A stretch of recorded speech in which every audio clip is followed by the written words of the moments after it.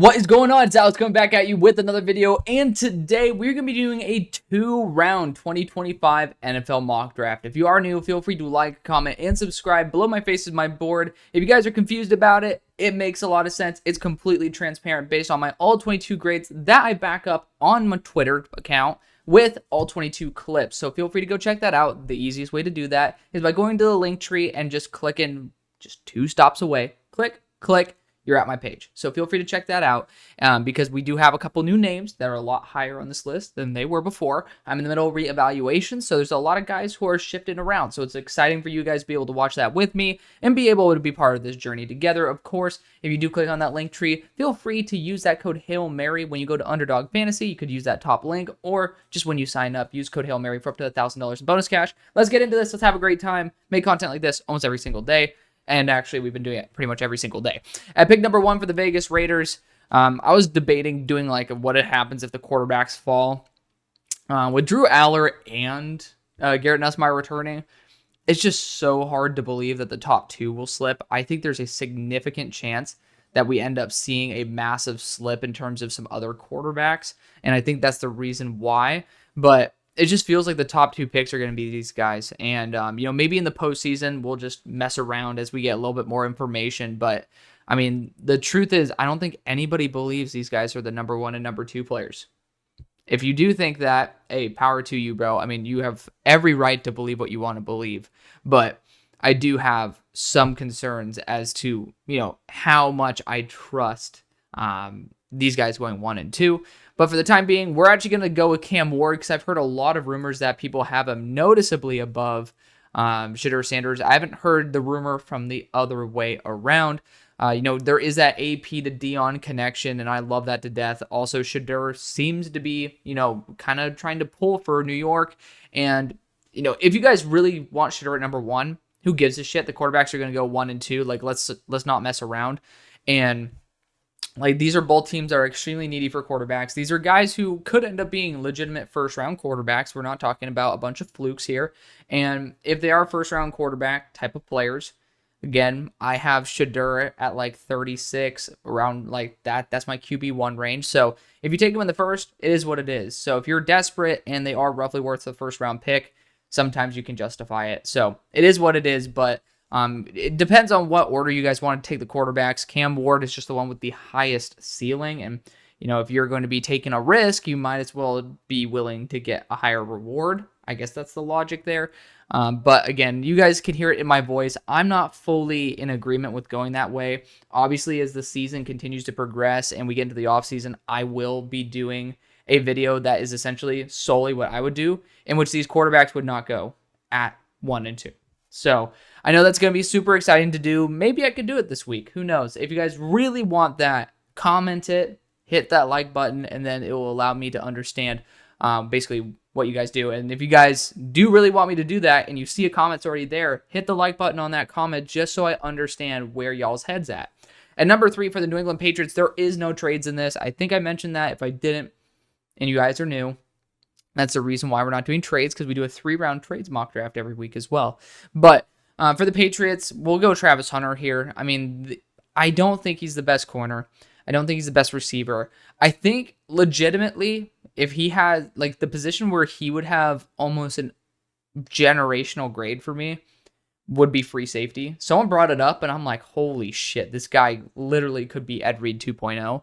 And to be fair, the Patriots could probably use a guy like that. So I think with Travis Hunter, you have pretty much no risk when you take him. Yeah, it's a top 3 pick, but at the same time, when you evaluate what he could become, it's he fails at corner. You could test him out at safety or wide receiver. Let's just say he kind of fails at wide receiver and then kind of corner as well. You still have that safety blanket as a safety because he's super high IQ. Maybe not the most rangy guy in the world, but definitely someone who has that IQ, the zone instincts, and the ball skills to make someone who is truly special in that secondary.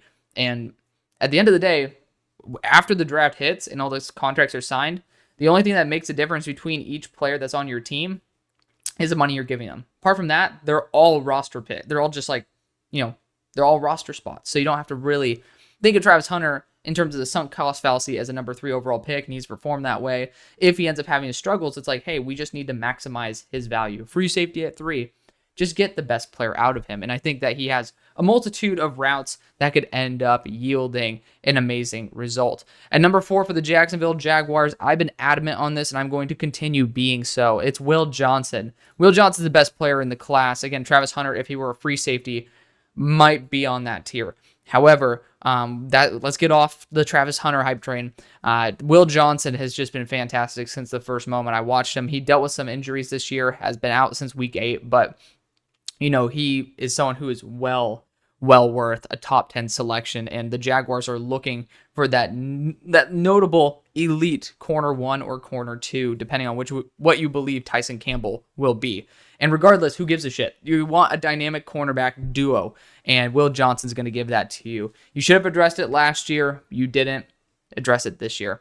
At number 5 for the Carolina Panthers, there's a good amount of options here. Abdul, Mason, etc. Let's just keep it plain Jane with Mason Graham. Mason Graham is a fantastic player. Do I think he's a number 5 player in the class? No. He's my number 16 player. Granted, yes, big asterisk. All these guys are being re-reviewed. So, apart from the offensive line, a lot of the offensive line at the top, outside of the guards, have been reevaluated. So Will Campbell's up to date. Josh Simmons is up to date. Of course, that's pre-injury. But the only one that's not up to date at the moment in the top 10 is actually they're all updated, funnily enough. Number 12. In the top 15, it's just number 12 and 15. So Isaiah Bond as well as Malachi Starks. Those are the two have not been fully updated. But regardless, that just means Mason Graham would be at max 14th overall. So I think we need to pump brakes on Mason Graham being the next coming of Jesus. He's an amazing player, great block shedder, but he does have legitimate flaws. I will say this, though, for Mason Graham. I do have a lot of talents a little bit above Mason Graham.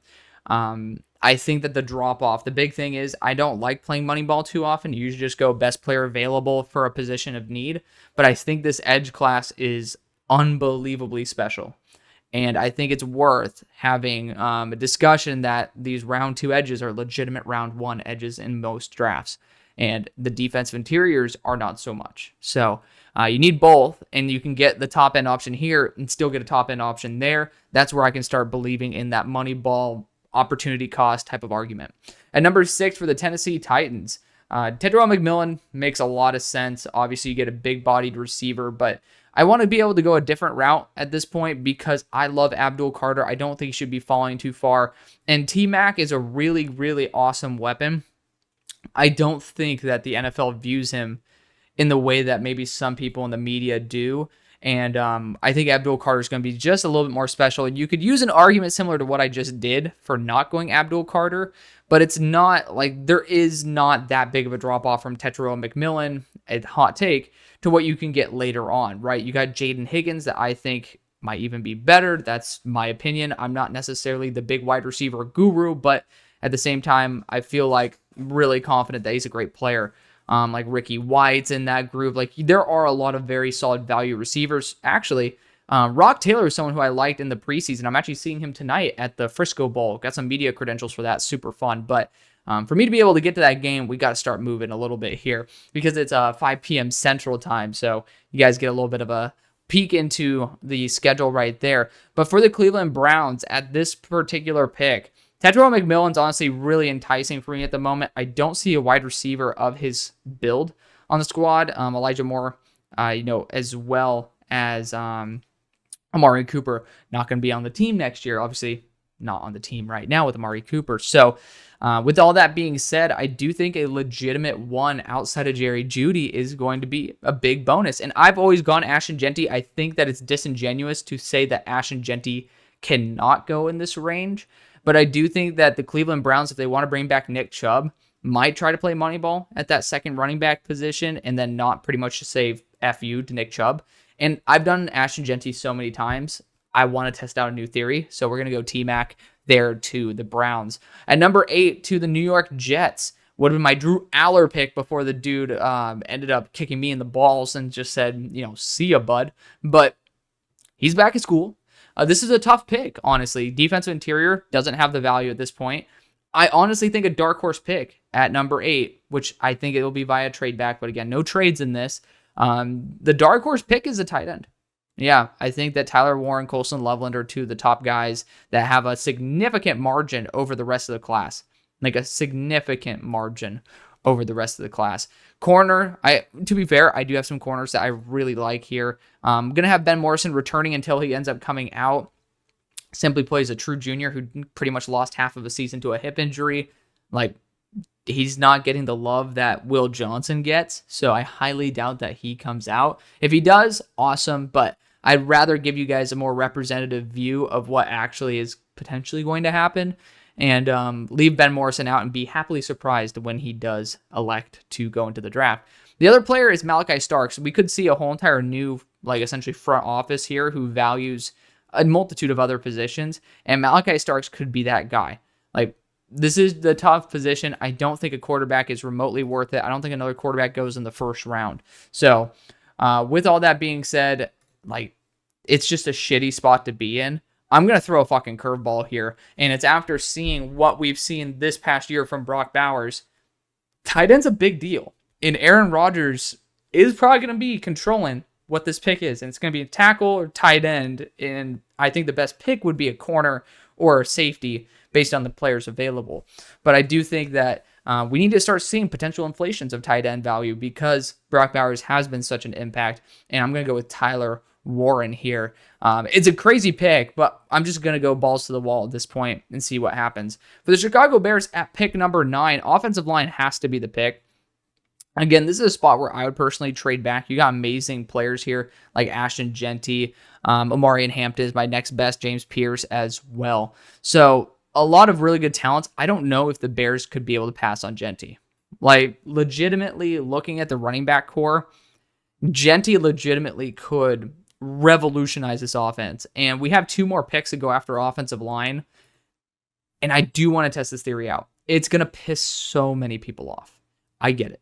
And that's why we have 2 mock drafts a week, right? So we can end up fucking up on the first one and fixing it on the second. But it's disingenuous if you have legitimately 2 superstar running backs to be able to say, oh, they're going to slip just because of running back value. Running back value doesn't mean shit to the NFL. They took Bijan Robinson and Jahmyr Gibbs in the top 12 picks, and they're supposed to go both in the top 8. Remember, at pick 6, the line felt comfortable taking Jahmyr Gibbs. So I think it's super key for us to understand that the NFL doesn't give a crap about our feelings about running backs. And Ashton Genty is someone who could definitely mitigate Caleb Williams' issues. A big amount. The offensive line, Karan Amagaji does not look good. But if we're not trading out of this spot, I think we have to pick the best player available. And that best player is Ashton Genty or James Pierce. Again, I'm going to be going with Ashton Genty here. It's going to be crazy. I already know. This is going to be like called the worst mock draft of all time. I get it. But we're here to explore and have a good time. Like, that's more important than anything. At pick number 10 for the New Orleans Saints, a lot of really good players have slipped off the board. And I think they value size a little too much to go after someone like James Pierce, who I think is an absolute superstar. Nick Scorton could have a Nick Karloftis? What was his first name? George Karloftis kind of fall. Because he hasn't been overly impressive this year. He's been really good, but not overly impressive. To the point where I don't know if you're really going to be putting pedal to the metal on that one. Wide receiver wise, I just don't think these guys complement your receiving core the way that you kind of are looking to get. So, like, it really, to me, comes down to Malachi Starks here as a potential, like, elite defensive back option. And then I think you could end up justifying yourself with the Nick Scorton pick. Nick Scorton kind of feels like a New Orleans Saints bigger edge rusher to replace Cam Jordan for the long run. So we'll go with the boring pick for the time being, but I'd love to hear from Saints fans what some alternate picks that you'd see at pick 10 based on the board that was available. At pick 11 for the Dolphins, this is a quick one to the podium. They're losing Javon Holland probably, possibly. Who cares about the probability? But Javon Holland's up for a contract, and even with Javon Holland, I still think Malachi Starks as a safety would be an incredible get. He has had issues in the slot versus speed because athleticism is kind of his downfall. I think he might be a 4.55 range, but I mean, overall as a safety, when you let him have a bit of room to be able to be proactive rather than just purely reactive in short space, I think that's where he truly shines, and hopefully the Dolphins can put him in that situation. At number 12 for the Indianapolis Colts, we're having both of the tight ends go by pick 12. It sounds crazy, I know, but there is a clear top two. And the NFL is a league of trends. I think they're going to be following the trend and going after Colson Loveland here at pick 12. At pick 13 for the Cincinnati Bengals, I know that you guys have been willing to use smaller edge rushers from time to time. And so like I'm looking at Jalen Walker here as well as James Pierce, and I really do like that option. I know that defensive interior is a dark horse pick, and Tyleik Williams deserves that kind of love. Same thing with Omar Norman Lott, but Omar doesn't have enough of a sample size for me to feel comfortable with that. So you could also look at Josh Simmons, technically. I mean, there is a long-term role for Josh Simmons on the interior as well as on the boundary. But at pick 13, I don't know if you guys are going to get that crazy. And if T-Mac were available, like let's just say if I pass on T-Mac, like what's the next team I'd take him to? I'd take him to the Saints. But let's just say he slipped past the Saints. Something crazy happened. Abdul Carter slips to the Saints, right? I would take him above everybody else for the Bengals to replace T. Higgins. But really, when looking at the edge rushers available, I don't know if you can pass on James Pierce. And James Pierce brings so much more power to the table than what people want to give him credit for. I don't understand why people say this guy literally can't play the run. I mean, first off, I'm not even talking about this bullshit stat here with run stop rate, which is a very good like piece of information to add to your analysis, but a lot of people kind of hinge upon it. Like this guy straight up is unbelievable as a run defender at his size. And again, people always say, well, at his size doesn't mean actually as like an actual player. Like who gives a shit if it's at his size? But the common criticism is that James Pierce is not built properly to be an every down player. And it's like, I think he's an adequate, if not good run defender. Just take size out of the equation and he's still good. So I'm actually going to go with it. You know what? I want to hear y'all's thoughts on that. I know he's a smaller edge rusher, does not necessarily fit the profile of what you guys have normally gone for, but I would love to be able to hear your thoughts on that. At number 14 for the Dallas Cowboys, this is going to be Omarion Hampton. This guy, I got to give him credit where credit's due. This guy's been unbelievable this year, and he's taken such a big step up. I think he got extremely overrated in the offseason. I thought he like stumbled into blocks and all that stuff, and you know, just personally, I think Omarion Hampton is a superstar. This team needs a superstar running back as well. I think Caleb Johnson's overrated. I'm just going to be completely honest about that. There's some running backs in this class that are a lot better than what people believe, but there's also a lot of running backs that are extremely overrated. Omarion Hampton is not one of them. He's my number 6 player in the class, and that is adjusted for positional value. Otherwise, he and Ashton Genty would be my number 2 and 3 players in the class. At number 15 for the San Francisco 49ers, I'm actually going to be going Josh Simmons here. Josh Simmons has been fantastic. I think this team has a long enough leash to be able to deal with some recovery time for Josh Simmons, and they just need to continue rebuilding through the trenches. He's going to be an absolute asset.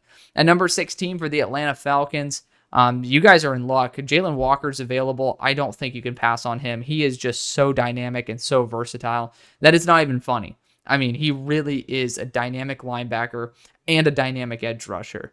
So you get kind of a 2-for-1 right there. And he's in Athens. You got to bring what? It's less than an hour to Athens from Atlanta. So, yeah, he's pretty damn close to home.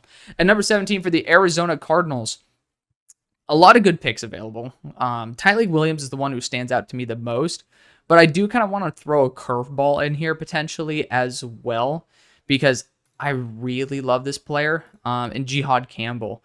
This dude he's built to be an edge rusher. He's not a linebacker. He's built to be an edge rusher. One of the freakiest athletes I've ever seen at 245 pounds. He looks so thin, but it's because it's all pure muscle. He times the snap better than any edge that I've seen coming out of college. Like, it feels like it's TJ Watt, and he always gets that first step, and he has a great first step too. Like, this dude charges up and is an absolute savage. So, I really love that, but I also think that the Cardinals just need to get something consistent on the defensive interior, and Tyleik Williams is a beast as well. I would not be mad at either outcome, but again, similar to what that conversation was with the drop-off at defense interior versus edge, I think that still pertains for a team in the Cardinals that are going to be looking to grab both. At number 18 for the Seattle Seahawks, this is a simple one. This is an easy one. It's Banks or Campbell. We're going to go after Kelvin Banks here to play guard in the short run. And when Abe Lucas gets hurt, he ends up moving back to tackle where he belongs. But pretty much going to be your long-term answer at tackle because unfortunately the best ability is availability. He's a fantastic player. We're going to leave it there. For the Chargers, a lot of really, really good choices here. But I'm going to go Will Campbell to be able to draft the best interior offensive line. You're going back-to-back years of drafting offensive linemen, but Will Campbell is a fantastic offensive lineman. I just think that his spatial awareness, as well as his arm length, get the best of him as a tackle, which puts him as a high-end guard. At 20 for the Tampa Bay Buccaneers, I'm replacing a great value of position with a great player. Joe Tryon-Shoyinka was supposed to be something special, hasn't really developed into it. Jihaad Campbell is going to be that. I mean, he's super raw. Like, think about, so Nolan Smith right now, like the actual Nolan Smith, multiple years into his career, who is still developing pass rush moves, but is a solid run defender, a crazy athlete, uses good leverage, good length. That's where Jihaad Campbell is now, never used primarily as an edge rusher. Keep that in mind. He has, I think, on 97 pass rushing reps, he has 17 pressures this year, which, again, keep this in mind. He's not just like rushing from the middle linebacker spot on a guard that's not suspecting him. He's rushing from the edge on a couple reps a game, and he's still racking up 17 pressures against right tackles, left tackles, like legitimate players who are designed to be able to shut down efficient, experienced edge rushers. Jihaad Campbell's still able to do that. He ended up, like, I studied him today, and it's just like, what in the actual fuck? Like, who is this guy? Because he's not that great of a linebacker. Like, I think he's going to end up grading probably around like 65 to 75 in terms of actually being a pure linebacker. But when it came to him being a developmental linebacker, but more importantly, a toolsy edge, and toolsy is a word I absolutely detest. Like, I stop listening to most people when they use the word toolsy. But Jihaad Campbell's like the best athlete I've seen. That timing on the snap is incredible. And he uses great leverage. I mean, there's a video I ended up saying, like, look at this bend. And by the way, the bend, ridiculous. But you can watch his leverage. You will see that straight up the offensive line is like this. The dude is like this, full extension. And then he goes and he wraps around like a full 270 to sack the quarterback. Like, that is something that you can't find on many players. Like, this guy deserves to be a pure edge rusher in the NFL. And I think he goes back to school. And I think he actually gets put as an edge rusher. I think he and LT Overton would be a ridiculous edge combo. But that aside, Jihaad Campbell, I think it's a criminal offense not to use him as an edge rusher. I think he's unbelievable. And, taking him at 20, I thought it was ludicrous before really watching him. And it's on me. I ended up seeing him get love late in the season. I'm like, oh, this is just prospect fatigue on other players. And, grass is green on the other side. I'll take it on the chin. I mean, I've been waiting to do the linebacker class. Well, this guy's pretty much an edge, so we're kind of starting the edge class off early. But for the Rams, this one's an easy one. Ariante Ursary ends up slipping. I mean, of course, like, we took the offensive lineman to the teams where I usually take offensive linemen. But regardless, the Rams end up getting their true left tackle there. At number 22 for the Washington Commanders, I think that you guys are in a good spot. I mean, you guys are doing a great job overall. I want to go after someone who's a little bit more physical or an edge rusher. Like, physical corner, edge rusher. That's where my head's at. LT Overton, I think he's fantastic. I think he needs to go back to school. I'm pretty much doing that for the entire Bama team, but just going to leave that out there. I think they should all return. But regardless, I think Trey Amos is going to be an absolute stunner. He's going to test out fairly well because this dude has some deep speed, and he's someone who's just so physically imposing that the Commanders, when you lose Benjamin St-Juste, this guy brings a lot of the same qualities that you loved. So I'm going to actually go after Trey Amos at 22. Could have went after Luther Burden. I've gone Luther Burden to the Commanders so many times now that let's just shake it up a little bit. But speaking of Luther Burden, I think it's a great pick for the Broncos, a quick release option for a team that's looking for a great way to relieve pressure on their quarterback. Just kind of a great way to keep your quarterback in rhythm. Even though Bo Nix doesn't really need to get that much help, it's always nice to be able to have a relief option like Luther Burden that has a frame that doesn't necessarily replicate exactly what you have elsewhere. And number 24 for the Baltimore Ravens. I'm looking at Cam Williams here. Gets me excited, but at the same time, there's other positions of need as well. It's kind of hard to like say which ones though, to be fair. I'm looking at these guys, and Josh Connerly is the guy who comes to mind. This dude's had a really, really good season. Armand Membu's been fantastic as well. But Josh Connerly is a true left tackle, and I don't think he's going to be an interior offensive lineman, even though he's 6'4". Really good athlete, used to a mobile quarterback as well. 2 full years of over 800 snaps. And I mean, you can see the pressure reduction right here. I mean, literally every category. He's allowed 1 sack on the year, like 1 sack. And he's played against Josiah Stewart, who has over 20% pass rush win rate. Against Abdul Carter, where a lot of people said he was holding and stuff. You know, sometimes you just got to do what you got to do, because Abdul Carter is a better player than Josh Connerly is. But he's gone up against Tua Malau. He's also gone up against Sawyer. He's gone up against Gabe Jacos. Like, really good edge rushers, right? So, like, it's not... This guy's been battle-tested this year. He's gone through the gauntlet and still allowed 6 total pressures, including a sack. I'm going to give him the benefit of the doubt. I don't know why Trevor doesn't like him that much, because this is Trevor's board, but I'm not going to question it too much. At 25 for the Houston Texans, defensive interior is the easy one with Kenneth Grant at this point. It's not something that exactly fits their MO, but Kenneth Grant also hasn't developed enough. Like, he's still someone who's still developing, and like, I do think teams will see and get excited about the defensive interior, who is a crazy size but crazy athletic. The problem with Kenneth Grant is he pretty much plays like a 290-pounder, doesn't have any push on the pocket, has unbelievable athleticism, and just needs to become more consistent. At pick number 26 for the Pittsburgh Steelers, a lot of people are going to want to go Emeka Egbuka, and I've said this several times. I'll say it once more. I do not think it's a good pick for the Pittsburgh Steelers. Not because I don't like Emeka Egbuka. Like, that's not a thing. I'm actually an Ohio State fan. I have family who are Buckeye alum. Loved Emeka Egbuka. He wasn't healthy last year, so had a little bit of a down opinion on him coming into this year. He stayed healthy. I love that for him. He's re-earned his right to be loved the way he is. But Emeka Egbuka is built to be a slot. And then before you guys try to say, like, oh, well, he's not a slot, like, that's, like, demeaning to put him in there. First off, slot receiver, that is not a degradation anymore. It's a legit role in the NFL. Just look at the quantity of really good receivers who are slots. But, two and more importantly, Emeka's had 2 years to be able to go to the boundary. Has yet to do it. And he did it like when he had JSN in the slot, pretty much because JSN is a superior talent to Emeka Egbuka, for different reasons, of course. But like, when he, first off, hasn't never been the best receiver on his team. Just going to put that out there. But that's not a reason why I wouldn't take him for the Pittsburgh Steelers. He's played in the slot for multiple years. Brian Hartline's a brilliant guy when it comes to wide receivers. Not going to say that Brian Hartline is the one who's incorrect versus us who wants to put him on the boundary. At 26, at least for the Steelers, that's not worth moving. And here's also another reason why. Because we are so good at sniping wide receivers. Name the last first-round receiver we took, and name the quantity of amazing receivers we've drafted. I mean, you can do it in the second round. That's what we do, right? Second, third, up to fifth round with AB. So let our strength be our strength. Don't overcompensate saying, oh, we need it. We're just going to panic, and then, well, we're not playing to our strengths. What happens when a team in a game in the NFL doesn't play their strengths? They lose. So let's play to our strengths.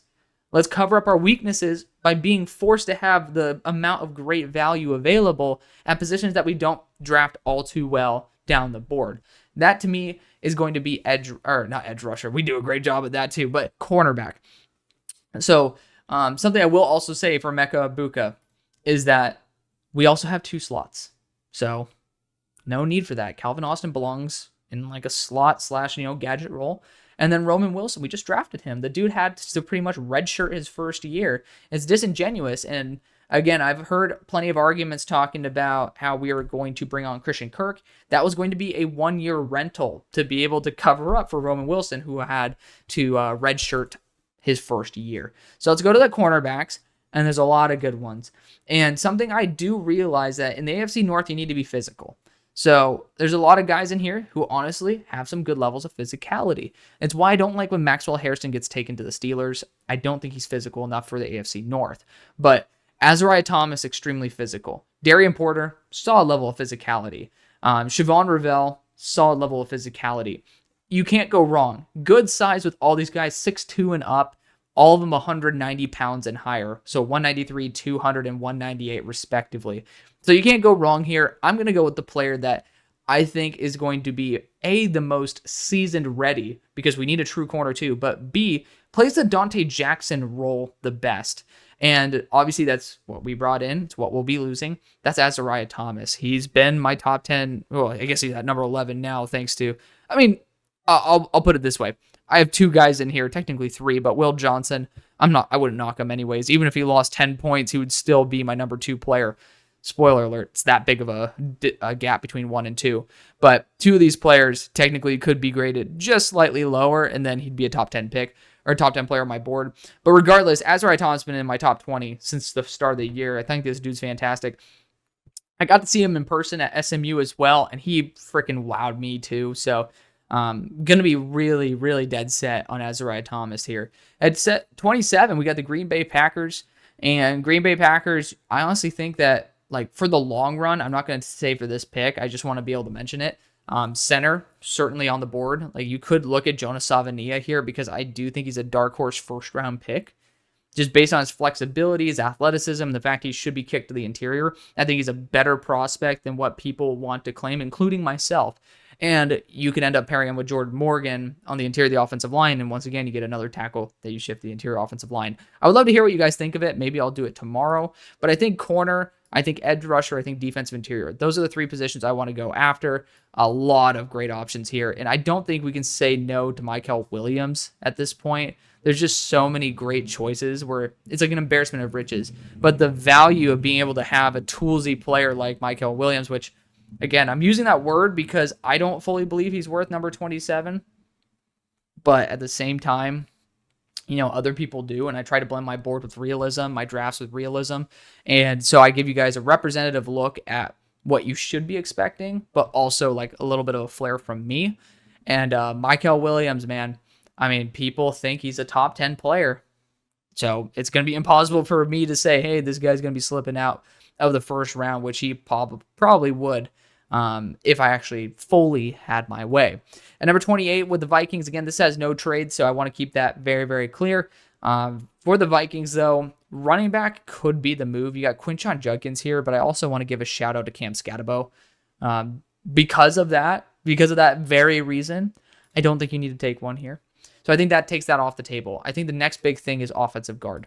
And there's 2 players I want to mention for it. It's Tyler Booker, who I think still returns, but also Wyatt Milam, who's done a fantastic job at left tackle. He ended up having a little bit of a hand or wrist injury this year, and like literally after that, that's when he allowed his 8 pressures. So it really was health that knocked him down. I think Tyler Booker, though, is phenomenal. I mean, he allowed 9 pressures on the year.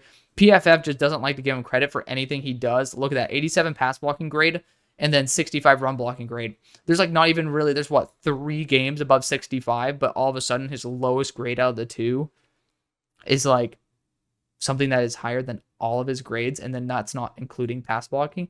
It doesn't really make sense to me. Does not make sense to me how they calculate this, but Tyler Booker is still phenomenal. I think he still deserves all the love in the world, and so we're going to give it to him there at 28. At 29 for the Buffalo Bills, it's going to be edge or defensive interior for me. D-line, baby. D-line needs to be the focus here. And you got Walter Nolan, who I do think could be a first-round pick. I think Omar Norman-Lott could be an interesting one. I have Omar Norman-Lott as my 19th overall player. Again, that does have a couple players above him that are due for reevaluation or even dropping, so it could even be higher. Omar Norman-Lott is an athletic freak. At the late first territory, this is where you can feel comfortable with a player who is as talented as Omar Norman-Lott, who has as few reps. I mean, look at this right here. What is that? Is that close? That's close to 600, if not under 600 reps on his career. And this dude is just ridiculous. And I've seen these games right here. Like, I've seen the games that he ends up performing relatively poorly in. And this dude is just unbelievably talented, unmatched. Walter Nolan's great as well. But I don't want to see potentially the Kansas City Chiefs or any other team out here. Even, I mean, the Eagles, theoretically, you let Milt walk. Are they going to be excited about, a better version with Omar Norman-Lott? I don't know. I'm going to show my love here, though, to Omar Norman-Lott. Like, I feel like it's a Greg Rousseau pick where Greg didn't seem like he was going to be a legit first-round edge based on his play. And the Bills believed in the player and the archetype and the potential, and it's ended up really working out for him. So Omar Norman-Lott goes at 29. For the Eagles at 30th, I don't think you can pass up on Cam Williams at this point. Fred Johnson's done a great job being a good backup, but I mean, there's two positions that this team needs to fill. That AVG role and like a true pass rushing AVG role. And that's like Mike Green, Dominic Zerowaku, Kyle Kennard. But Josiah Stewart as well needs to be in that mix. But they also need to replace potentially for the long run that Josh Sweat, bigger, physically imposing edge rusher that can pair up with Nolan Smith and provide some meat on the defensive line as well, where you can even kick into the interior of the defensive line like LT Overton, Shamar Stewart, Ashton Julote, JT Tuimalau. The beautiful thing is you have an embarrassment of riches. And tight end as well, theoretically, could be on their board, just nobody who is worth this pick. And so with all that being like going around, I think that the best thing to do is go after someone who can replace Lane Johnson. I mean, I just don't know how much longer Lane's going to be playing. He says he wants to play a couple more years, but you're one big injury away from Lane legitimately considering retirement. And when you can end up having Jeff Stoutland put his hands on Cam Williams, you can get someone truly special. And Cam Williams deserves that extra year of development. I hope he goes back to school. Like, full transparency, I hope he does. But if he's going to be available, I don't think you can realistically pass on him, because I also think the Chiefs would be in a position to be able to want to go after Cam Williams. At 31 for the Detroit Lions, I'm going to look at edge rusher, interior offensive line for this team, and there is, again, an embarrassment of riches. Interior offensive line, I do think needs to be valued a little bit higher than what I'm doing right now, because I'm looking at all these great edge rushers. And again, I think LT Overton returns, but let's just say he comes out. You're getting a young, dynamic edge rusher who took a massive step up, and you're buying, you could say high, but maybe not high enough. Like, I do think this could almost be like a Dogecoin to the moon kind of thing, and watch LT Overton take an even larger stock jump. At number 32 for the Kansas City Chiefs, Mecca Ibuka is going to be my primary target here. I do think that Walter Nolan would be extremely intriguing. I don't think defense interior is your primary position of need, but I also do think that you could be in the market for one. That being said, your receivers on contract next year, it's a Rashee Rice coming back from injury, and essentially you're going to have your Hollywood Brown at home and Xavier Worthy. And we've seen this year without having that reliable option in Rashee Rice, what happens to Patrick Mahomes. He had an off year. I don't know why people say he's like an ass quarterback. He's performing poorly, but he's not a poor quarterback. Again, like, I think that like we all have our up and downs in terms of like when we're doing well, when we're not. And so maybe we're just seeing this little stretch of Patrick Mahomes just having a little bit of a struggle bus. But we've seen, like, in the playoffs, I don't think that's going to be the case. Let me just make it very clear, which is why a lot of people still have faith in the Chiefs to be Super Bowl competitors. But I think having an abundance of reliability is something that can really let Patrick Mahomes be comfortable taking shots without necessarily feeling it the way that I think he has this year. Feel free to counter that, but I'm going to leave that there. At 33 for the Las Vegas Raiders, I think they need to prioritize running back. I just don't think that they will. It's an organizational thing, not necessarily like something from me. And so if you were to pass on that, I do think you could look at edge rusher. Like, it's not out of the blue for you guys to be able to go and get somebody who's a big, meaty dude on the boundary. But you could look at defensive back as well, wide receiver. And you got Io Maynor here. You got Higgins, Royals. Like, I love Royals. I love this guy. If he didn't have a season-ending ankle injury, I would be surprised to see him slipping out of the second. I don't know if he even will in this. But there's a multitude of positions. I know you guys have mentioned interior offensive line as well. And because of that, I do think Jonas Savania is not a bad choice here. If you want to continue developing the run game, I think Andre James, isn't he a free agent? I think so. You can have Jonas Savania be that center for you when you have JPJ as well. Or you can have Savania be a guard. He has experience there, and have JPJ back to his native position. And then you can develop something really awesome there. If injuries start happening to your tackles, you have someone with experience at left and right tackle. So I do actually like that. I want to throw a little bit of a curveball here and go Jonas Savania. Number 34, New York Giants. Actually probably would have been my pick for them because, I don't know if you guys have seen their offensive line that they're rolling out. Not good. No bueno, I say. And Armand Membu is going to be the pick. I always go corner for this team, but we're actually going to shake it up a little bit. Armand Membu is going to be the pick for the New York Giants. They need a right tackle. They need somebody to work on the offensive line. Armand Membu might end up being the steal of the draft in terms of tackle talent. At number 35 for the New England Patriots, I assume you guys are going to end up getting your wide receiver with T. Higgins. Just the probability is unbelievably high for it. So with that being said, there's a couple other positions you need to look at. Wide receiver still could be one, but left tackle, which I've gone after Jack Nelson so many times, it's starting to get a little bit boring to me. I'm just going to be real. It's getting a little bit boring. So maybe you could spend some money on left tackle. Again, it makes too much sense to go after Jack Nelson at this point. I believe in that. Jack Nelson, he's a top 100 player for me. But the other positions, a defensive interior as well as edge. And if you get Walter Nolan, who's had a fantastic year, and pair him up with Christian Barmore, you could end up having a ridiculously unstoppable defensive interior. And so I do think that you need to focus on that as well. So I'm not going to blame you for it. And I think it's a realistic pick. So Walter Nolan goes at 35.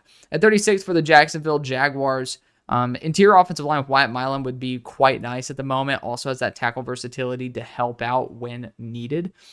Besides that, you could also look at potential defensive lineman at this point. TJ Sanders, kind of nice.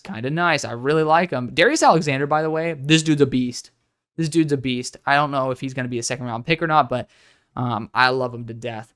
But TJ Sanders is a really interesting pick here because it's a little bit different than the defensive interiors you drafted last year. And again, cannot allow a sunk cost fallacy to stop you from going after an actual improvement. Mason Smith is a developmental player. I think he will continue to improve. TJ Sanders is an absolute relentless dog. And I think that he deserves a lot more respect than what we're giving him. This guy has been phenomenal this year. Ridiculously phenomenal. I think his biggest issue is his willingness to just go balls to the wall and say, screw it, I'm going to be just neglectful of my health and just go at somebody.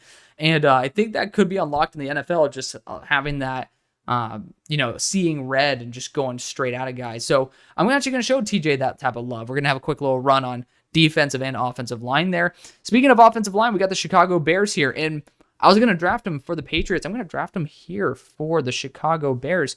We ended up going in the first round for Ashton Jeanty. Oh, man. I'm about to get ripped a new asshole on that one.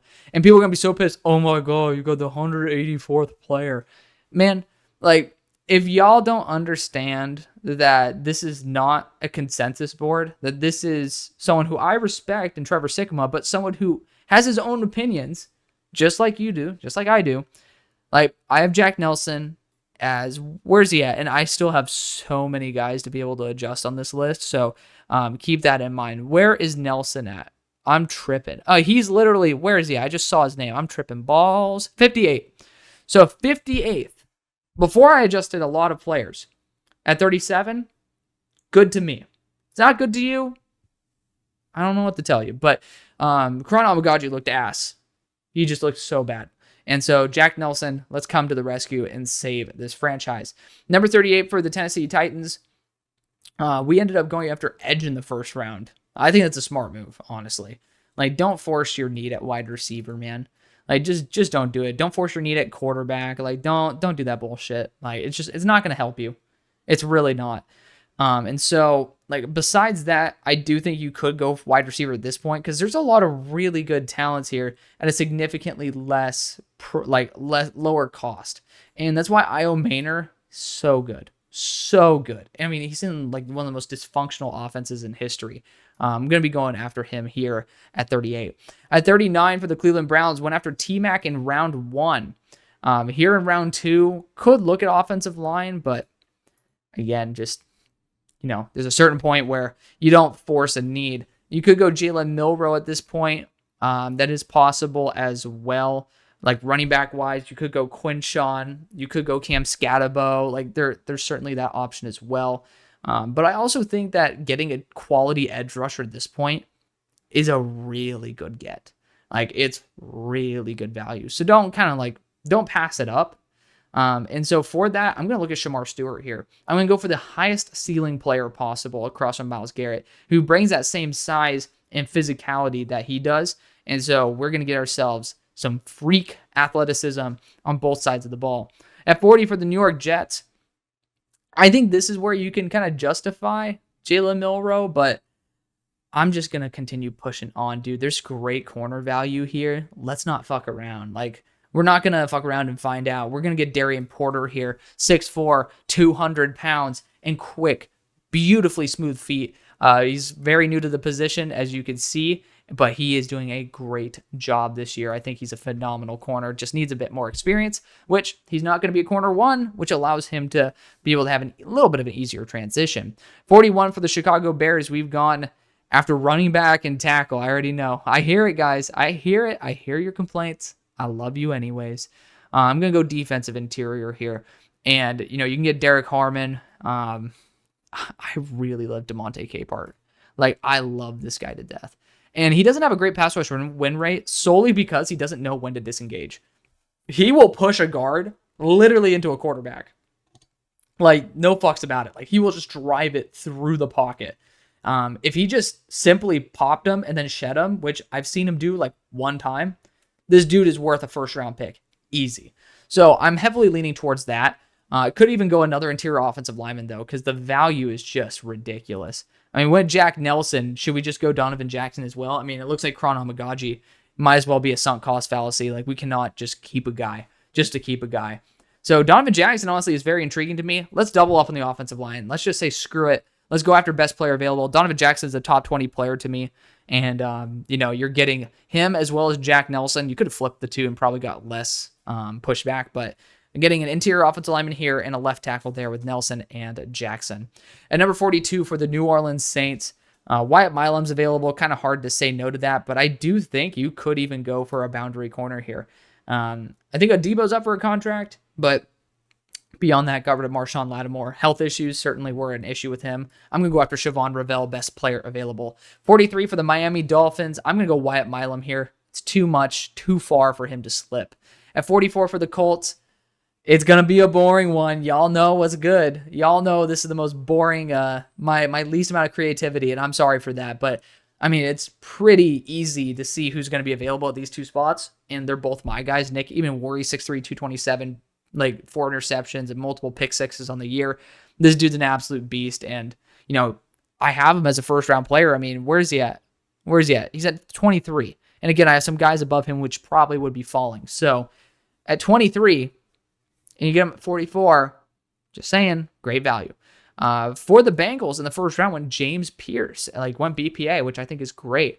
Xavier Watts is awesome. Lathan Ransom's great. I think Xavier Watts brings that interception capability that you guys are trying to look for.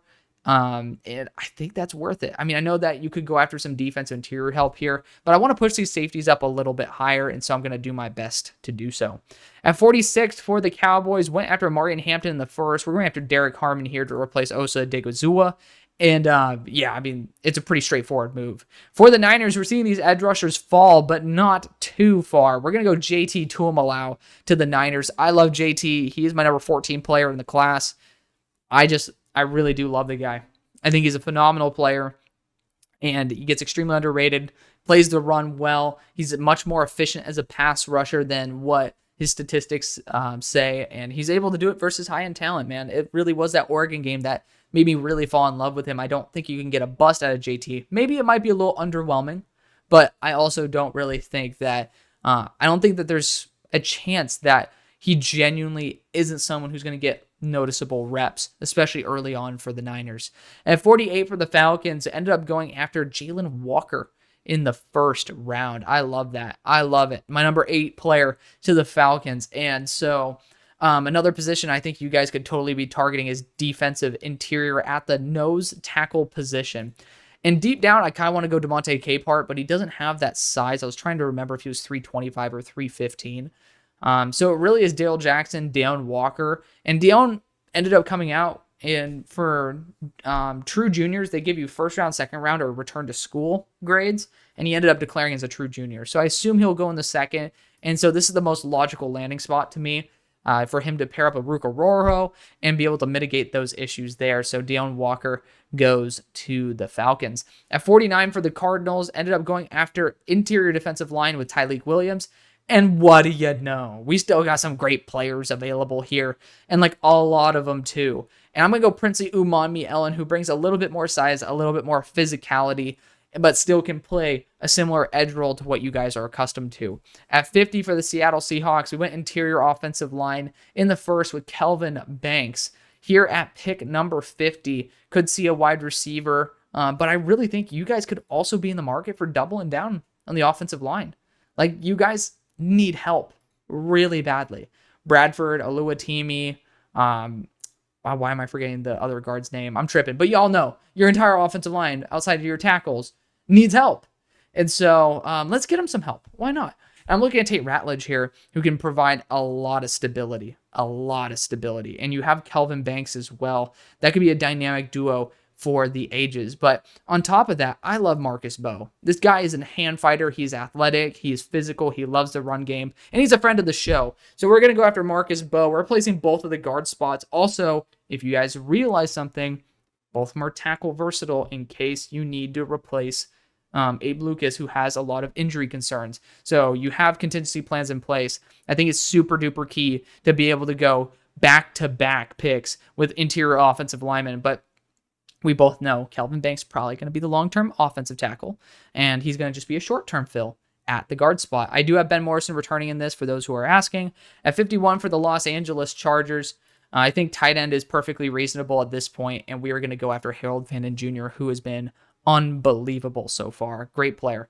At 52 for the Tampa Bay Buccaneers, I'm going to go after wide receiver. I think this team needs it. And I'm Isaiah Bond, I'm going to have return in this. I just don't think he's going to be going. We're going to go after Jalen Royals. Isaiah Bond's a true junior who had a struggle year with injuries. Just doesn't make much sense. Jalen Royals is an absolute lockdown player. And, well, not lockdown, like the exact opposite. He absolutely destroys defenses, and I love him to death for it.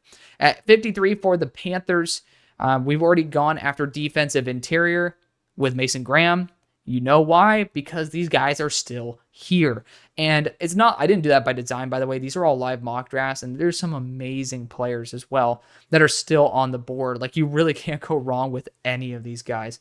But I'm going to go after Mike Green out of Marshall, going from, is Marshall in West Virginia? Pretty sure it is. Might be. But going from, it's pretty damn local. All right, it's a pretty short distance comparatively to maybe some of these other guys. At pick number 54 for the Commanders, we're going edge rusher, went corner in the first. I mean, look at these guys. Like, just ridiculous value, y'all. Like, Boston College, if I'm not mistaken, Massachusetts to Maryland, not too far. So, again, I'm just trying to see. You might be like, oh, this is some bullshit analysis. I'm trying to see which players they have the most amount of eyes on for the most amount of time.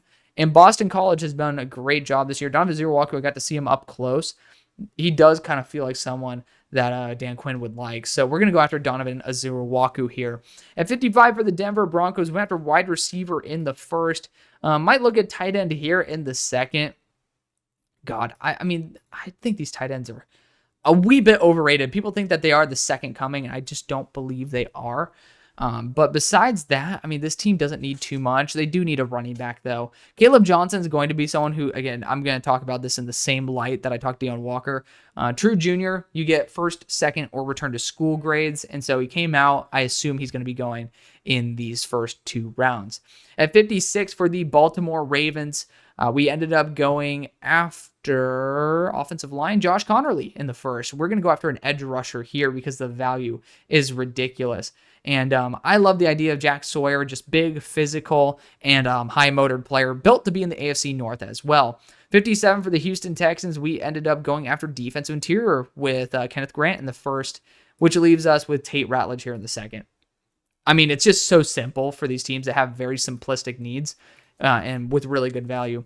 For the Steelers at 58, we went corner in the first. Looking at the receivers that are here, Jaden Higgins is literally so ideal for us. Ricky White is as well. And I know we care so much about our special teams. Ricky White would be such a good pairing to have with George Pickens. But that also might be someone we take in round 3. So I'm going to try to see, hey, what happens if the Steelers go to round 3? I also think this class is very solid in running backs, but I think it's a little bit less like top end deep. If you need a true RB1 where we are losing both Najee as well as our backup running back, Jalen Warren, or I guess committee back in Jalen Warren, Quinshon Judkins he should also go back to school. Spoiler alert, this guy needs to go back to school because his offensive line did him dirty this year. Probably should transfer. But I'm going to go Quinshon Judkins here. He's built to be a Steeler. Like, hard-nosed running back, has done well at Ohio State, and you start realizing, like, man, look at these yards per carry, they're just dropping off. Look at the injury of Donovan Jackson, and that week on, you see that production for both running backs off a cliff. And then, like, I believe McLaughlin got hurt as well. So you just talk about, like, a massive drop. The offensive line did him so dirty. The only guy who's competent is Donovan Jackson on the offensive line at the moment. So, Quinshon Judkins so much better, and we're getting a first-round quality running back here at 58. So ending up with Azariah Thomas and Quinshon Judkins, 2 key positions. We're bringing back our quarterbacks, of course. I'm not going after Jalen Milroe. No. I think it's super key. Super key. You need to be really fucking confident to develop Jalen Milroe. I personally am just not. At 59 for the Green Bay Packers, we ended up going after an edge in the first. We're looking at corner here. Some really good guys still available. And you got Igbinosun here. And to be fair, Jeff Hafley loves physical man corners. That's what Davison Igbinosun is. You guys can feel free to argue with me about the specific corner pick, but I love Igbinosun. If utilized properly, I think he can be an absolute savage. At 60 for the Buffalo Bills, let's just continue fixing this defensive line. The value is here. Let's not mess around too much. You got Kamen Rucker, Tyler Barron. I'm trying to see who would be best for this type of environment. A lot of these guys, unfortunately, are not in snowy environments, so we're not going to get someone who is built for the climate, but Kamen Rucker is awesome. I mean, you could go a multitude of players above him, but I think Kamen Rucker gets no respect. This guy has been consistent for multiple years on end, and he's come back and had a phenomenal year overall. So, I mean, he ended up declaring for the draft. I think he's going to be doing really well. At 61 for the Bills as well, I'm going to go and replace our wide receiver in Amari Cooper. And technically, I could do that with Ricky White. I'm going to try my best to respect realism and say that he doesn't end up coming out, which means I probably wouldn't go after wide receiver if we're just going to be real. I love Ricky White. Probably should have taken him to the Steelers. Could take him here. But let's look at the defensive backs because I love Kevin Winston Jr. He came out with 2 games under his belt, which shows that teams still love him to death. Like, no clue why as a junior he wouldn't. So I think that, again, similar to everybody else, if you're going to declare as a junior, especially with that few games, you have to have gotten a really good grade. And so we're going to give that to Kevin Winston Jr. At 62 for the Philadelphia Eagles, we ended up going, what do we do in the first? I remember it was something spicy. Cam Williams. We're going after that edge rusher here. And you can go after Kyle Kennard, who can kind of play both roles.